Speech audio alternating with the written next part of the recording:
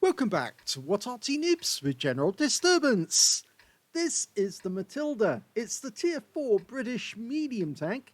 It's located on the northwest spawn of mines, and this one is under the command of Targy from 3RTR. Now, I had the feeling we've got no engine noise, but if we do try to get the engine noise, I'm afraid we're going to lose the tracks, because Wargaming have mucked up their clients again, I'm afraid. If somebody starts their replay through the countdown, then we lose one or the other. Anyway, what can I tell you about the Matilda? Well, it's not the first one to have that name, because there was another Matilda that was designed before the war, the Matilda 1. And that was not very successful, because it had kind of exposed tracks, and it was also only armed with heavy machine guns. Whereas this thing is armed with the 40mm gun, which is a 2-pounder, and it's also capable of having a squeeze bore adapter, the Little John adapter, which came about from a Czech inventor who also built the Yawa motorcycle company. Yes, František Janšek, I think is his name. I'm probably butchering that, but he was Czech, and unfortunately died during the war in 1941. But he actually came up with a design which squeezed a 40mm round into a 13mm slug. So it actually compressed it by 10mm, and that made the shell go through a lot more armor with a lot more force. The slug itself had a tungsten carbide core, which was surrounded by soft metal. And as it goes through the barrel, it would speed up massively, and it would also increase its penetration on the enemy vehicle. So there isn't much that this little 40mm can actually penetrate. It'll actually go through 121mm with standard AP and 55 alpha. You can see the shell velocity there goes up to 1341 meters per second. And with the APCR, it goes through 145mm. So with the premium rounds, yeah, there's virtually nothing on the battlefield that you can't penetrate at Tier 4. It's also a pretty sturdy little tank, because it's got above average hit points, 570. And so it's fairly resistant to enemy shells. Even that Panzer S35, the German version of the Samur S35, he couldn't pen. And you can see that the M1542 on the enemy team has resorted to firing HE because he can't pen it with an armor-piercing round. So he's just trying to knock off hit points with HE rounds. Now, as I said, it's got above average HP, it's got better than average armor. In fact, there are a few weak spots you can go through, like the corrugated engine cover on the rear of the vehicle. And of course, there is a spot around the front, directly where the driver sits in his driver port, where you can aim at that and penetrate instead. You do have to get out every now and then as well and change the Little John adapter, because the squeezing those rounds into compressing them does wear down the barrels like nobody's business. See that M15, he's still trying. Oh, and he managed to get hits. So you can't fault his accuracy. He's actually fairly good on that, but he is losing hit points. The more he sits there, the more likely he's going to go out of the game. Now, as the additional thing about the Matilda, which is interesting, is that it did serve in every theatre of the Second World War. They had them in the desert, they had them in Europe, and they had them in the Far East. Yes, a lot of Matildas went out to Australia, and some of them are still there. They're still being used as farm vehicles. They also sent a huge number over to the Soviet Union. They sent 1,084 of these, and 918 of them actually managed to reach Russia. The rest were all in ships which were sunk. But the Russians actually loved the Matilda because it was so sturdy. it was very, very, very well built, and so they thought it was very reliable as a tank, and so they actually enjoyed it. Plus, of course, the fact that it had the sort of penetration it did meant that there wasn't many German tanks that it couldn't pen. In fact, there are a number of other guns you can get for the Matilda, but the 2-pounder is the most fun. The only problem is you can't fire HE in the squeeze ball, and the reason for that is, of course, you can't compress an HE round because it would make it go off. But you can see that that M15, he's just firing in that HE, and well, Targy is racking up a huge total in block damage. Yeah, he's still going. He's only knocking off a couple of hit points here and there, but yeah, that guy must have loaded his tank with virtually nothing but HE rounds. He must be running out by now. The bad thing about the Matilda is that it does have a very poor top speed. It is an infantry tank, so it's only supposed to go at the same speed as walking troops. But its maximum speed is only 24 kilometers an hour, and that's very, very slow. Although in the desert, that was okay in a sense, because although there was vast open spaces that between the tanks and lots of rocks as well, but the fact of the matter is that so long as it was with the troops, it had protection. If it didn't have the troops, then it could be in trouble, but especially if there was a minefields, because one of these tanks getting trapped in a minefield, yeah, you're going to have to get out and find the mines. But if you've got troops with you, they can find the mines for you, because mostly tank mines don't go off when there's troops around. The troops can find them and defuse them, but the tank drivers or the tanks themselves can't defuse the mines without setting them off.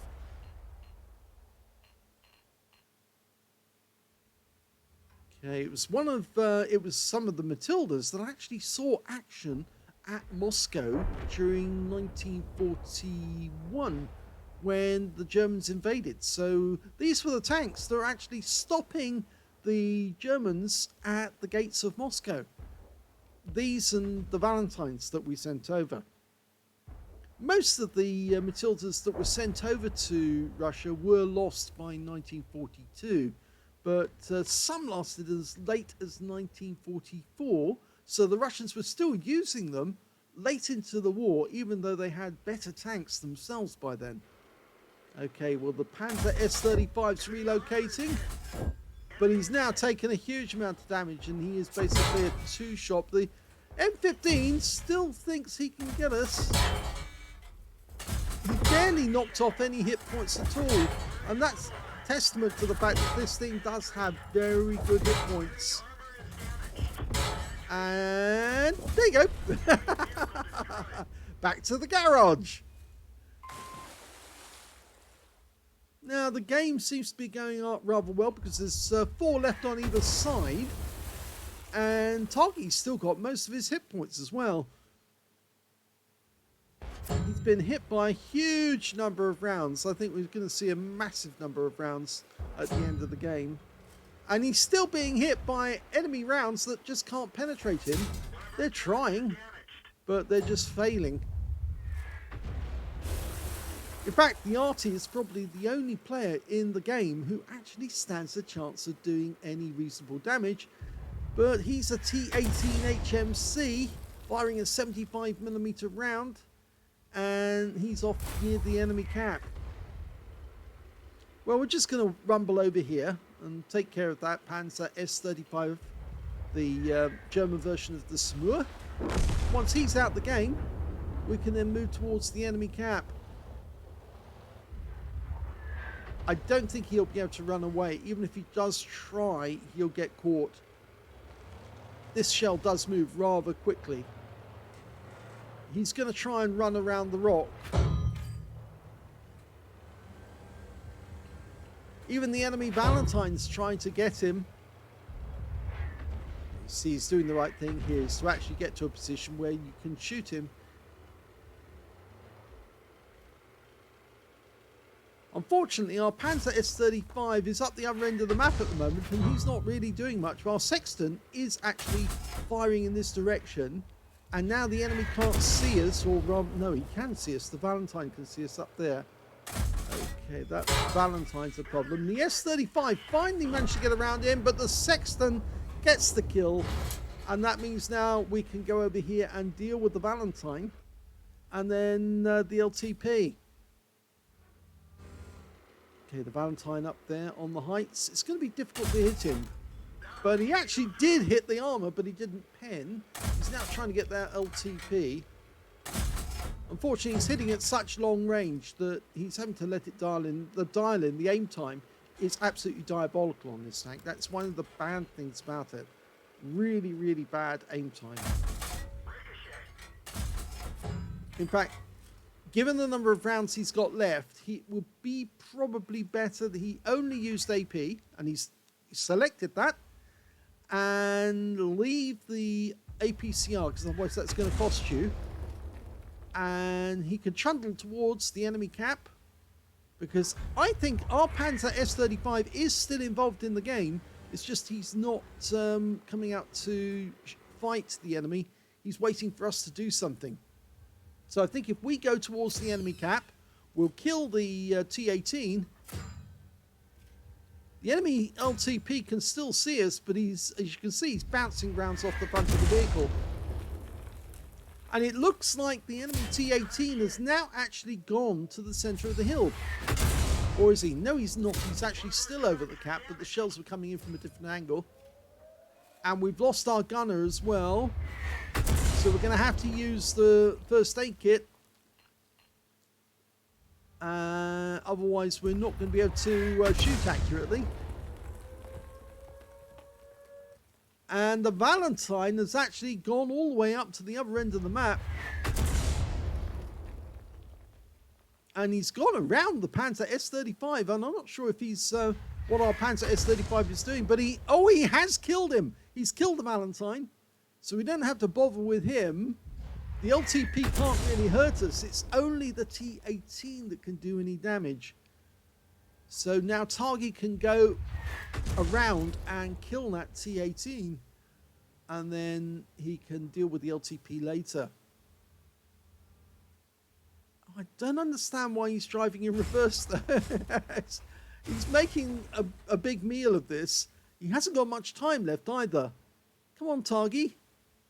You've only got 2 minutes 52 seconds left. If you're going to cap at this game out, you need to get a move on.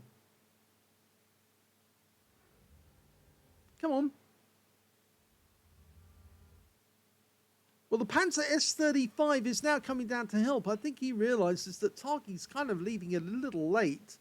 And if Targy doesn't get a move on, he's just not going to be able to cap out on his own. And he'll need that Panzer S35. But I'm just hoping that Targy recognizes that he can go to the cap and start capping. Come on, Targy. Well, we can see the enemy LTPs headed towards our cap area. And I wouldn't even consider trying to go all the way up there and to reset or get the LTP. And he's now indicating that the Panzer S35 should go up and kill the LTP, who's just killed our Sexton. And he's now capping. And Targy suddenly realised, oh yes, I have to cap. And I'm afraid you've left it too late. You can't cap now, it's not enough time to cap. All you can do is kill the T-18 and then hope that the Panzer S35 can kill the LTP. There's the T-18. He's trying to stay behind the building so he doesn't get shot at. No point in capping, Targy. Haven't got enough time. Well, he's tracked him now, so he'll just tear him to shreds. He's got the kill, and that's it. They did kill the LTP, so the game is a win. But Targy left a little late on that one. Here's the end of battle results, and that was the second class tanker for Targy in the Matilda. He managed to get a shell proof for blocking more damage than the hit points of his own vehicle, a duelist for taking down 2 tanks who damaged him, a fire for effect for doing more damage than hit points to his own vehicle, and a bruiser medal for getting at least 5 critical hits. In fact, he got 6. But during all of that action, the M15 firing at him so many times, he actually ended up with a steel wall for blocking the most damage in the game, receiving at least 11 hits and blocking at least 1,000 hit points of damage. And his win rate from the battle was 4,574. I think my own criticism is that A, he left it a little late to go to the cap area. He could have gone there a lot sooner and just ignored that LTP, because of course he was having tremendous difficulty trying to pen targy. And if he had gone to the cap, then he would have been able to cap out. But as it was, if that T18 had been a little quicker off the mark and chosen to go to the left-hand side when he was heading north instead, right-hand side rather, when he was going north instead to the left, then targy wouldn't have seen him and he wouldn't have been able to kill him, and this game would have ended up as a draw. Let's have a look at the team score. Well, the highest damage in that game went to the Largo with 1,355 hit points, but he didn't get 20%, so he didn't get a high caliber. Second highest damage went to the P2640, who picked up a cool-headed and 1,252 hit points of damage. And the third highest damage in the game actually went to the Panzer S35 on Targy's team with 1,054. Targy came in fourth on damage, 1,007 hit points, but of course he picked up that steel wall for blocking the most damage in the game. When it came to kills, it was the P2640 who did the best with 4. 3 kills went to the LTP, and 2 kills went to the Panzer S35, Targy, the T6 medium, and the Sexton 1. And on the enemy team, their Largo, their Matilda, and their Valentine. Their Valentine got an All-X medal for killing 2 enemy tanks, at least 1 tier higher than him. And when it came to base XP, yep, it's the P2640 again who came out on top with 837, 795 to the Panzer S35, and 664 to the other one, 609 to the T6 medium, and then we got Targy way down here with 594, mostly because he didn't do a huge amount of damage in that game. He was a little slow, and he did focus mostly on the tanks that are actually on the west side of the map. And I think if he'd actually had more action or more interaction with the enemy tanks on the mainland, then he would have actually ended up with a much higher score, both in hit points, kills, and base XP. He fired 55 rounds in that game. 22 of them were direct hits and 18 penetrations. Damage of 1,007 hit points, of which 359 were at more than 300 meters. 57 hits received, so it's a massive amount of hits received. Only 1 penetration actually in that game as well. 33 hit points, 33 shots were blocked, by the way, and 26 rounds by way of splash damage. Those were mostly the M15 rounds, which were of course HE. He blocked damage of 1,111 hit points in total. He spotted 2 enemy vehicles, damaged 3 of the enemy, killed 2, and did 62 hit points of damage assistance. And he got 32 capture points whilst he was in the cap, but I don't think he noticed that when he entered the cap, there was less than 1 minute 50 seconds left, and therefore he couldn't have capped out even if he tried. So it was very, very good that he did see that T18, otherwise he wouldn't have won the game. 21,233 credits in the battle, 50,000 for completing a mission, 71,233 altogether, and after repair, ammunition, resupply and consumables, he actually made a profit of 35,961 credits, 891 XP times 2 for the first victory, 1,782 experience points altogether. He says, Matilda, come dancing with me. Waltzing Matilda, I think that's down to the fact, obviously, the song, Waltzing Matilda. I don't think it actually came from the tank. I think the song came before the tank, but yes, the Australians certainly made a big thing of the Matilda. They did use them, and although it wasn't the first tank that the Australians had, I think they had other tanks before that one, and it wasn't the first tank that the Australians built, because I think they actually built one of their own before they built the Matilda, based on the M3.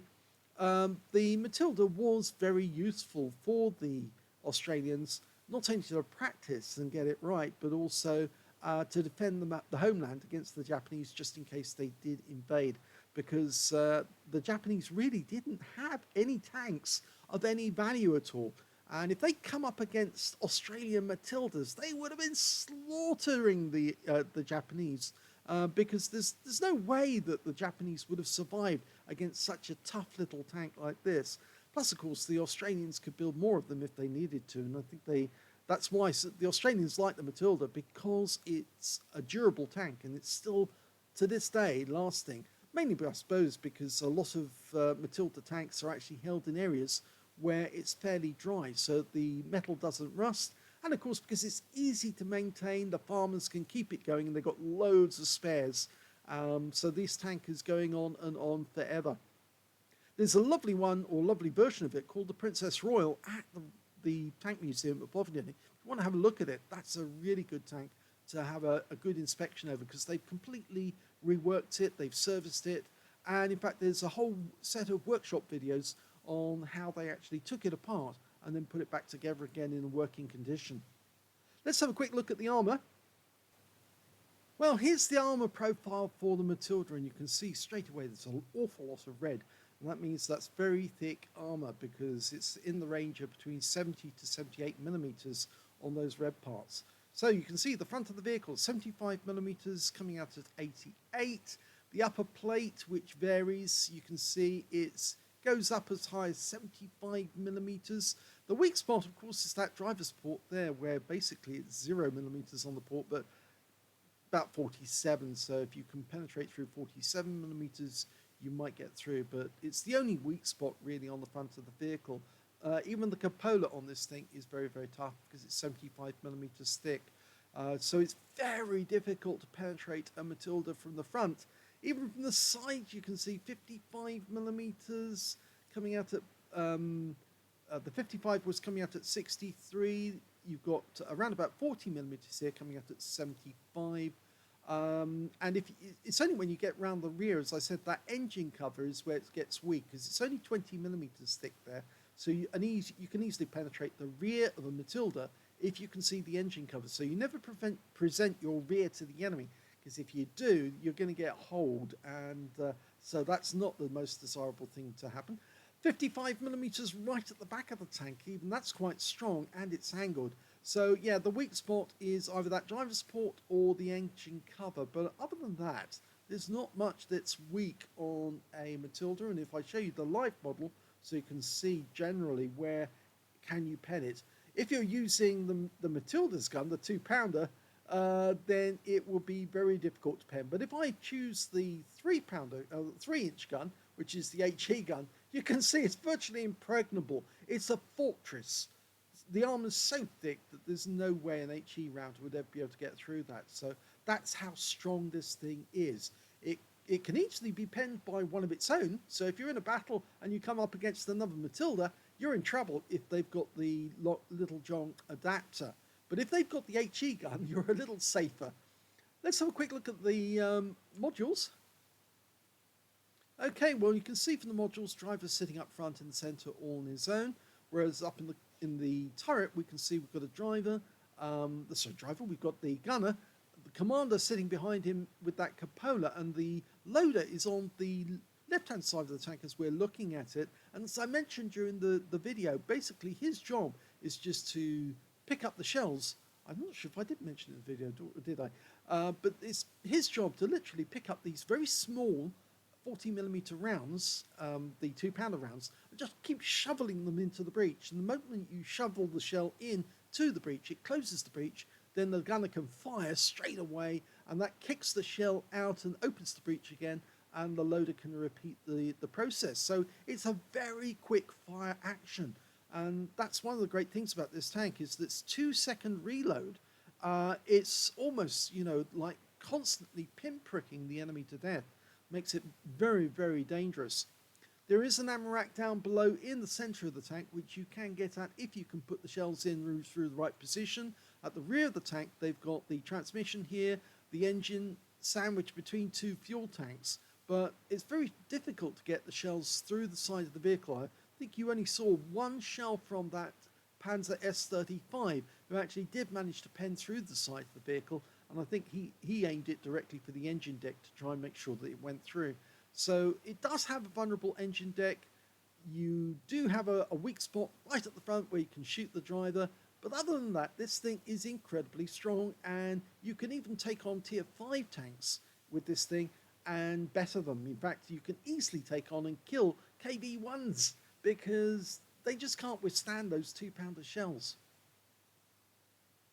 So I hope you enjoyed that replay. If you did, please give this video a like. Do subscribe to our channel. Leave a little comment down below because it feeds the algorithm. And thank you for watching.